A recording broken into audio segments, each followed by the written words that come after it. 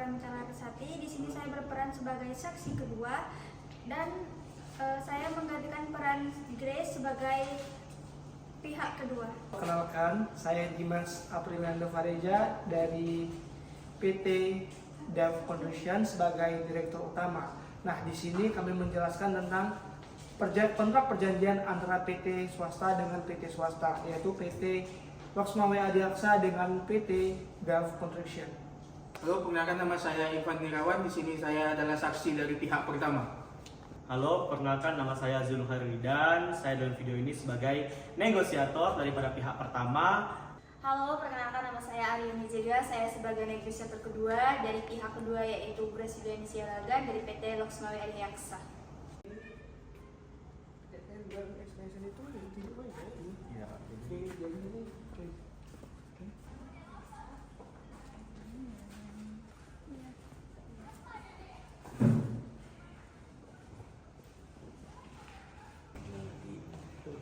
Ibu, selamat datang. Ibu. Silakan duduk. Bu, adapun pertemuan kita pada hari ini yaitu ingin membahas mengenai draft daripada kontrak daripada kedua belah pihak.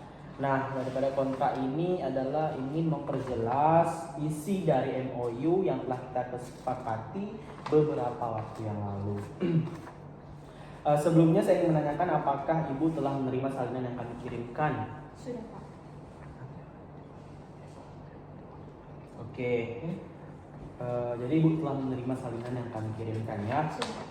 Oke, baik. Di sini saya sebagai negosiator dari pihak pertama langsung saja akan saya bacakan. Adapun dari draft kontrak pada kesepakatan kerjasama kita kali ini. Yang ini yang belum ya? Ini udah jadi. Draftnya kita ini udah jadi. Oke, baik. Ini.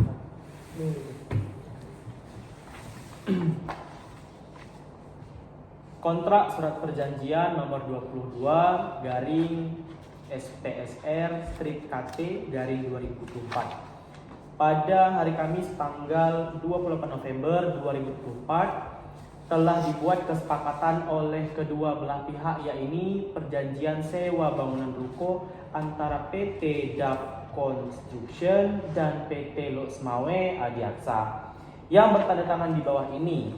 1. Nama Dimas Apriliando Fahreza SH, umur 30 tahun, jabatan Direktur Utama, alamat Jalan Pendidikan Dusun 2 Kabupaten Langkat, nomor KTP 1205102304050022. Adapun nomor handphone yang telah tertera dalam surat itu.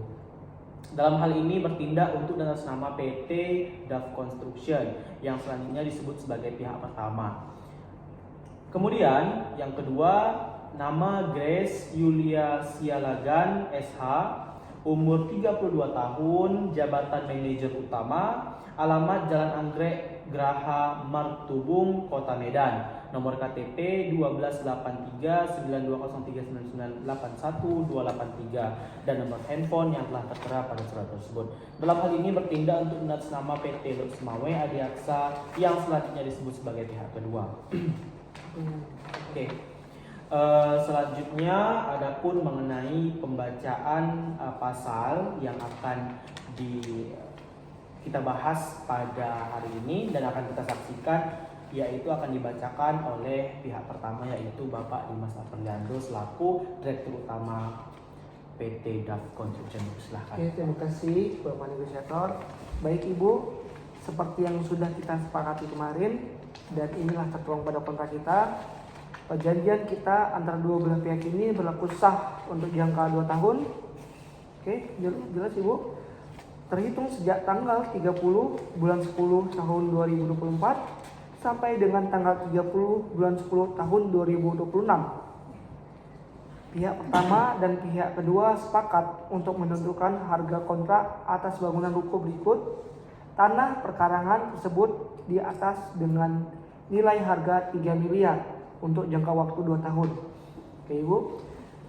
Dan yang pasal kedua, telah memberikan Ibu selaku manajer utama di PT Loksmawe Adiaksa telah memberikan uang muka DP sebagai tanda jadi sebesar 50% atau sejumlah 1,5 miliar pada hari Senin tanggal 29 Oktober 2024 dan sisa pembayaran terhutang 1,5 miliar lagi Bu ya.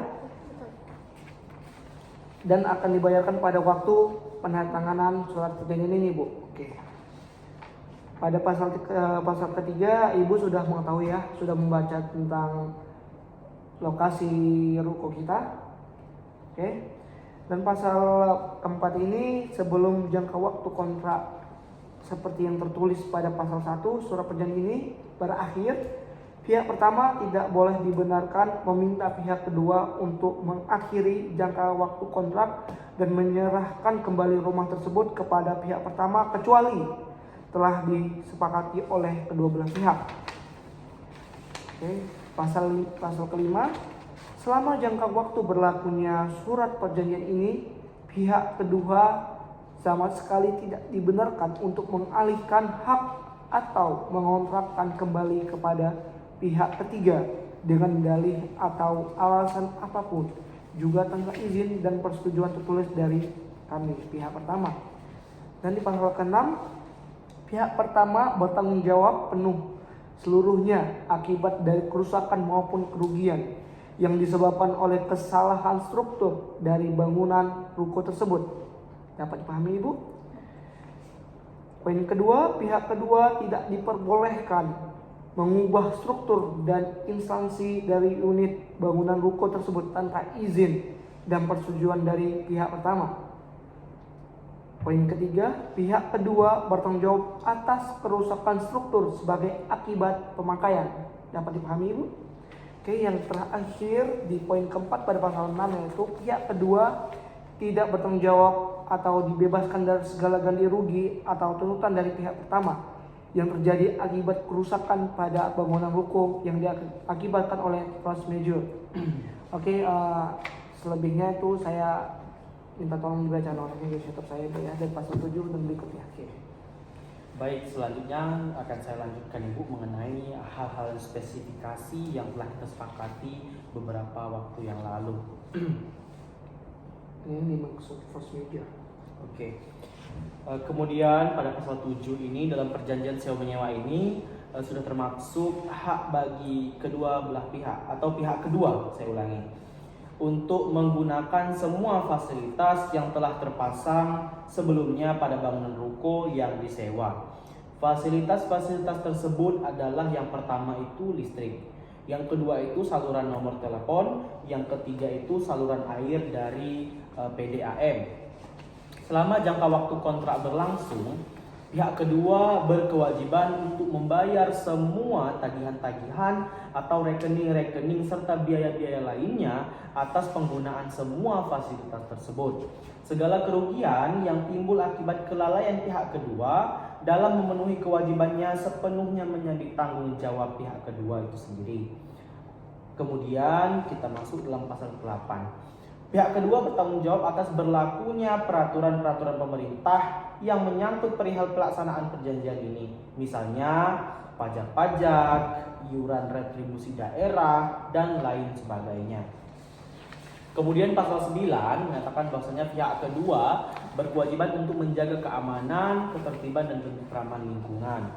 Pasal 10, setelah berakhir jangka waktu kontrak sesuai dengan pasal 1 surat perjanjian ini, pihak kedua diharuskan segera mengosongkan rumah dan menyerahkan kembali kepada pihak pertama serta telah memenuhi kewajibannya sesuai dengan pasal 7 dan 8 dari surat perjanjian ini.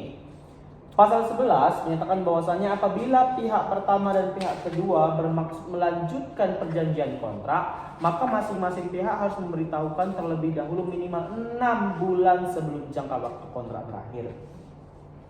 Pasal 12 menyatakan bahwasanya pihak kedua mendapat prioritas pertama dari pihak pertama untuk memperpanjang masa penyewaan berikutnya sebelum pihak pertama menawarkan kepada calon-calon penyewa lainnya. Adapun pasal 13 yaitu Pihak pertama dan pihak kedua bersepakat untuk menempuh jalan bermusyawarah dan mufakat untuk menyelesaikan hal-hal atau perselisihan yang mungkin timbul sehubungan dengan surat perjanjian ini. Apabila jalan musyawarah dianggap tidak berhasil untuk mendapatkan penyelesaian yang melegakan kedua belah pihak bersepakat untuk menempuh upaya hukum dengan memilih domisili pada Kota Lok Sumawe, kantor kepaniteraan Pengadilan Negeri Lok Sumawe. Adapun selanjutnya pasal 14 menyatakan bahwasanya surat perjanjian ini dibuat oleh kedua belah pihak dengan dasar akal sehat dan pikiran sehat tanpa adanya paksaan maupun tekanan dari pihak-pihak manapun.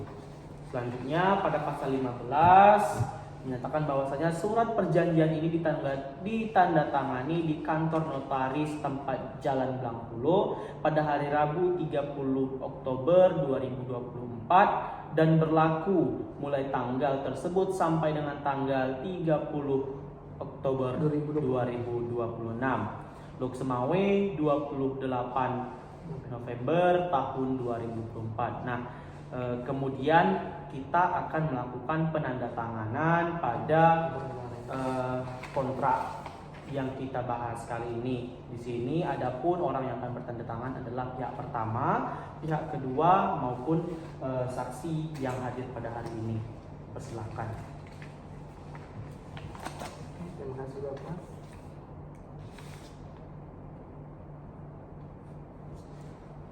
Silakan Ibu.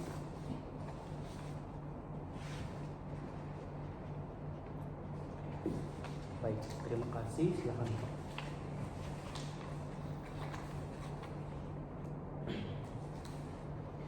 Oke, jadi terima kasih sebelumnya untuk Ibu dan Bapak yang telah berhadir pada pertemuan kita kali ini. Semoga apa yang kita cita-citakan dalam kerjasama ini berlangsung dengan baik sesuai dengan apa yang tertuang di dalam kesepakatan yang telah kita buat bersama-sama.